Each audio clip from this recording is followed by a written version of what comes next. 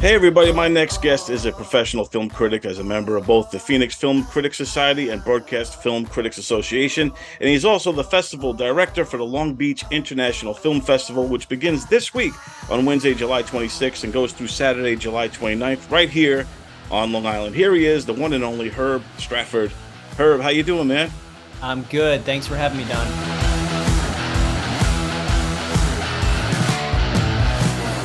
Yes, yes. Very happy to talk to you.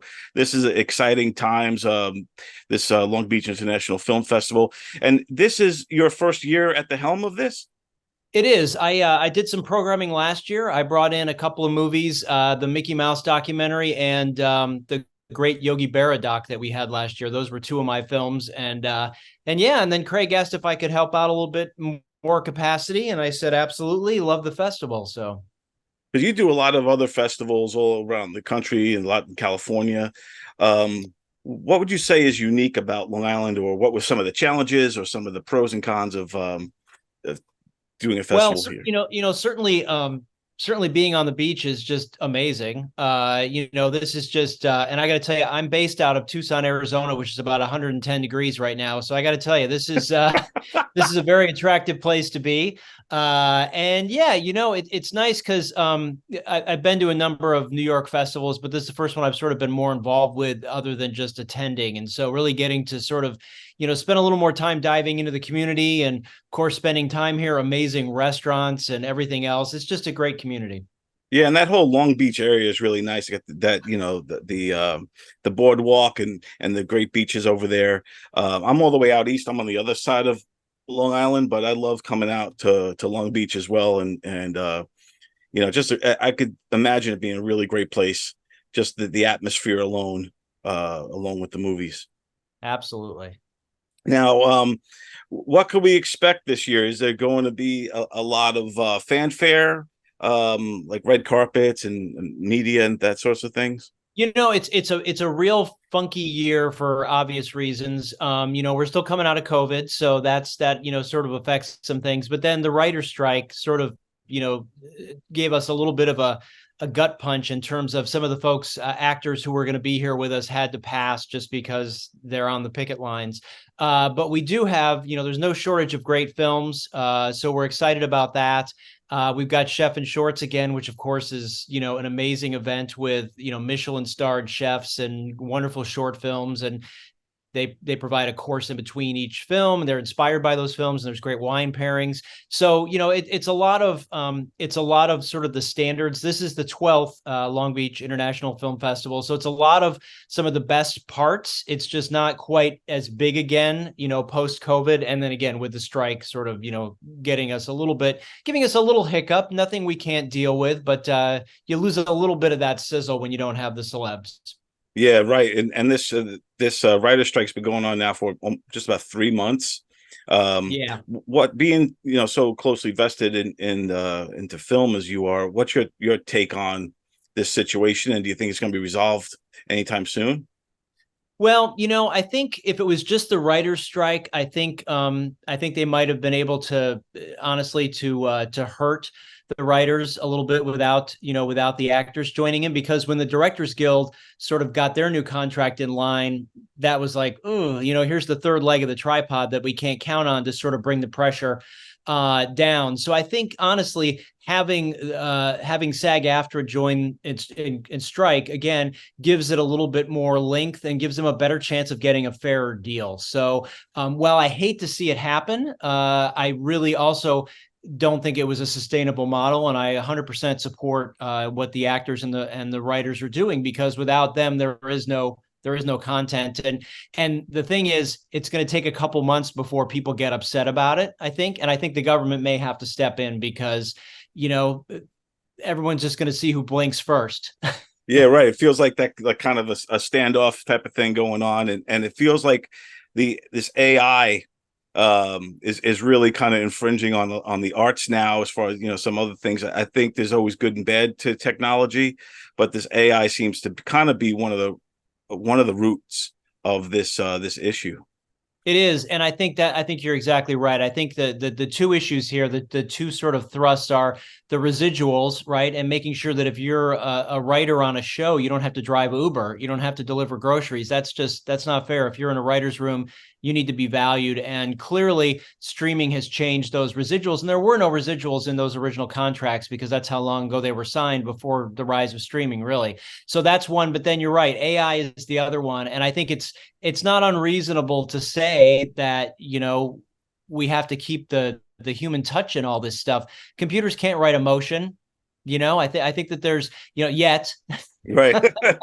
I think we need to respect that, and I think that the fears that some of the background extras are saying, they were being told they could be scanned and signed away their image rights for the rest of their life. I mean, that's crazy, So yeah. It's an important turning point. I don't think we're quite to Skynet right now, but I think AI is definitely a threat we need to address before we get there. I hope I'm wrong, but I do think that the use of AI is going to take over the entertainment industry.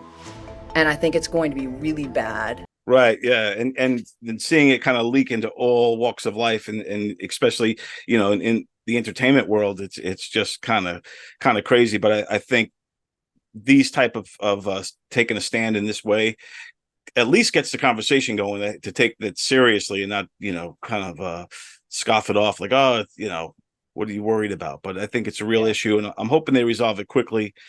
For many reasons, mainly for the writers, like you said. So, they're getting their residuals, and they're getting what they deserve out of creating these stories. Yeah. Ho ho! Writers, make your favorite shows.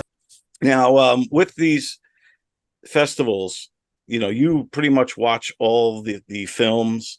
And I was reading about you watch like what, 300 to like how many movies a year? Including shorts, it can be up to 1,000. Wow. Do all of the plot lines start to get blurred in your head, or do you like recall each one? I'm actually pretty good. It's, sometimes people have these savant skills, that they're just really good at. And one of my skills seems to be remembering specific things about film and television. So I'm really lucky. I mean, honestly, with the rise of streaming, I mean, you went from just watching movies to watching a ton of shows too. So I watch a lot of that as well. But I do take notes because, it can get a little blurry. But I mean, I'll tell you, a name will pop up of a movie and I'll be like, I think I saw that at Sundance 8 years ago and it had this guy in it, and I'll be able to recall it. So I'm probably in the right career for myself, right? That's my skill set. Yeah, it must be, because it's all, like you said, there's so much in each film where, it's the storyline, the actors, the acting, the directing style, like there's so many things to take in, when you're a professional film critic, and to watch that many, I mean, it's just, it does take a special brain. It's not a brain that makes a lot of money, I'll tell you that, but there's clearly a place for it, so that's good. I'm glad I found my calling. Yeah, true indeed. And then when you work on these film festivals, and you see kind of like more independent style film, what would you say to like an indie filmmaker, some of the do's and don'ts, when you're making a movie and trying to enter it into a film festival, like, I guess from the ground up, what's some of the do's and don'ts you would advise? Sure. And I've probably worked, at probably, we're getting close to probably 10 different film festivals around the country now. And so, I mean, it's not like I'm just in one area or whatever. I mean, I've worked all over the place. So I feel like I've got a pretty good grip on things. And I think there's a couple real sort of simple sort of, baseline rules, or just recommendations, I guess is what I would say.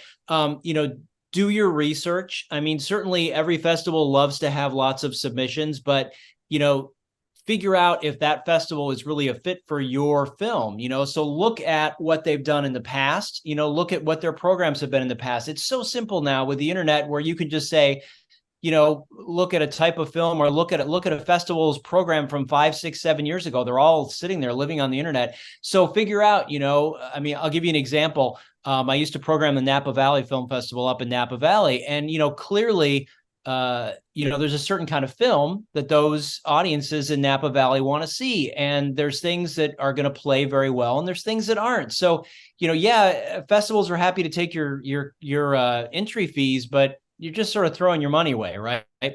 Another thing I always like to say is, have a budget, like set a realistic goal and say, okay, I'm going to submit to 25 festivals, and I've done the research on these. And, these are places that I'd want to go to, right? These are places that'll mean something to me. These are places that have great reputations. I have a good opportunity to meet other filmmakers.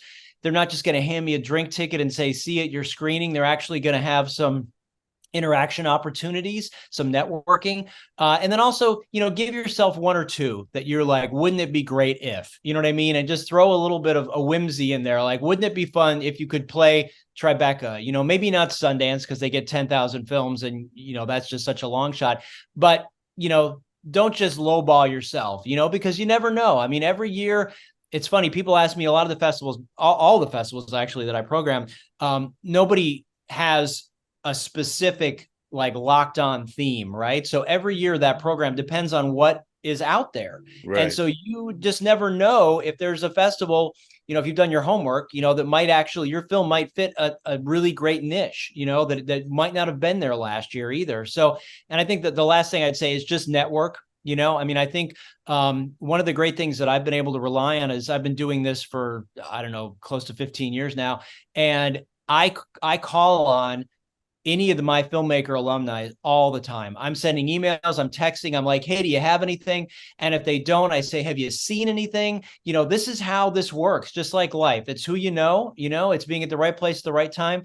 And I have a lot of filmmaker friends who say, I don't have anything, but check my friend's thing out. And there you go. All of a sudden you're showing that film. And then, us as programmers, we go back to those filmmakers and we say, I want your next film. And they're like, absolutely, because I loved working with you. So it is that sort of a family, once you meet people, stay in touch with them and don't ever burn bridges. Right. Exactly. And networking is key. And I also wanted to ask you, have you watched Comic Sans, the film that we made? And if you can give me your critique on it, and you won't hurt my feelings, because I wanted to learn, because this was our first real film that we put together. It's a lot of the local comedy scene here, based out of Long Island, and we want to keep doing more of these. So your opinion will be greatly valued. Yeah, no, I think, what I think is important about sort of smaller films that are, very sort of local centric, if that makes sense.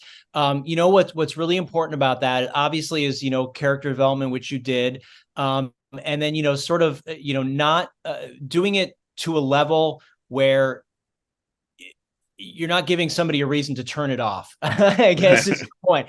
Because, the thing is, when you watch a lot of films, right? I mean, specifically short films, I mean, it's easy to consume the entire thing. But when you have a 2-hour film, right, you've got, honestly, sometimes some screeners will turn you off after 20, 30 minutes, right? So you've really got to be tight. You don't want to give anybody an opportunity to turn you off because your lighting is terrible. Your sound is terrible. I can't tell you how many people don't do sound well. You guys, you were good with all your technical things, right?